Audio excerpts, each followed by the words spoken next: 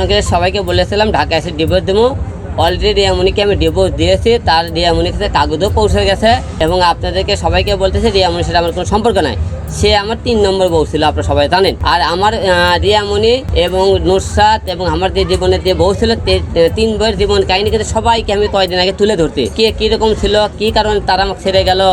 মানে কি আপনি সবাই অনেকেই বলে ছেলেদের মনে করেন যে কোনো দোষটাই বেশি থাকে, মানে কেমন করে যে কোনো কিছু মুখে ছেলের উপর দোষ দেয় কিন্তু অনেক মেয়েরা পার পেয়ে যায়। তো এই মেয়েটা যে কত বড় মনে করেন দোষী পাপে আমি কিন্তু সমস্ত আপনাকে পাই তুলে ধরছি আপনাকে মিডিয়ার মাধ্যমে। এবং আমার কিন্তু ওই মেয়ে এখন পর্যন্ত একটা সরাসরি কোনো ফল্ট আপনি অরিজিনাল প্রমাণ কিন্তু আপনাদের সামনে দেখাতে পারেনি। সেগুলো একটা আমি যত কথা বলেছি যে প্রমাণ দেখাতে পারে দেশের জনগণ যেটা মনে করেন আমার রায় দেবে আমি মাথা পেতে নিই। আলোচিত কন্টেন্ট ক্রিয়েটর ও অভিনেতা আশরাফুল হোসেন আলম ওরফে হিরো আলম সম্প্রতি তার তৃতীয় স্ত্রী রিয়ামণিকে তালাক দিয়েছেন। এরপর রিয়ামণির সঙ্গে ম্যাক্স রাজুর নামে এক কন্টেন্ট ক্রিয়েটরের সম্পর্কের কথা জানান হিরো আলম।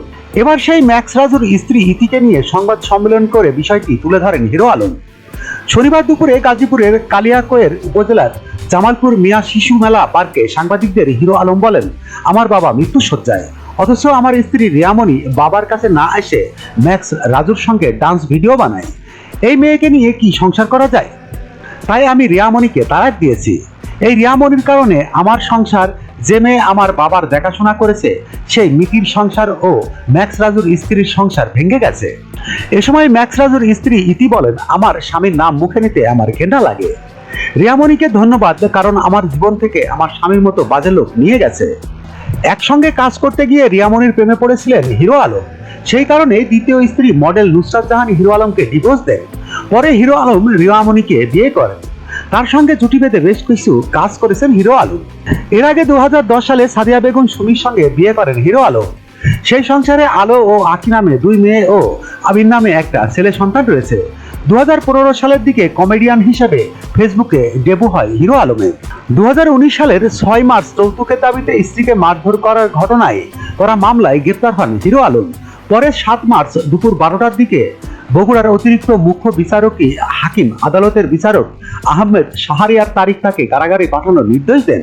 সুমিকে মারধরের অভিযোগে 6 মার্চ বগুড়া সদর থানায় মামলা করেন হিরো আলমের শ্বশুর সাইফুল ইসলাম। ওই বছরের 19 এপ্রিল জামিনে মুক্তি পান হিরো আলম। 10,000 টাকা বন্ডের বিপরীতে তার জামিন মঞ্জুর করেন বগুড়া জেলা দায়রা জজ আদালতের বিচারক নরেশ চন্দ্র সরকার। তবে প্রথম স্ত্রীর সঙ্গে ছাড়াছাড়ির বিষয়টি এখনো নিশ্চিত হওয়া যায়নি। ASBD 24 সত্য প্রকাশে প্রতিশ্রুতিবদ্ধ। চ্যানেলটি সাবস্ক্রাইব করুন।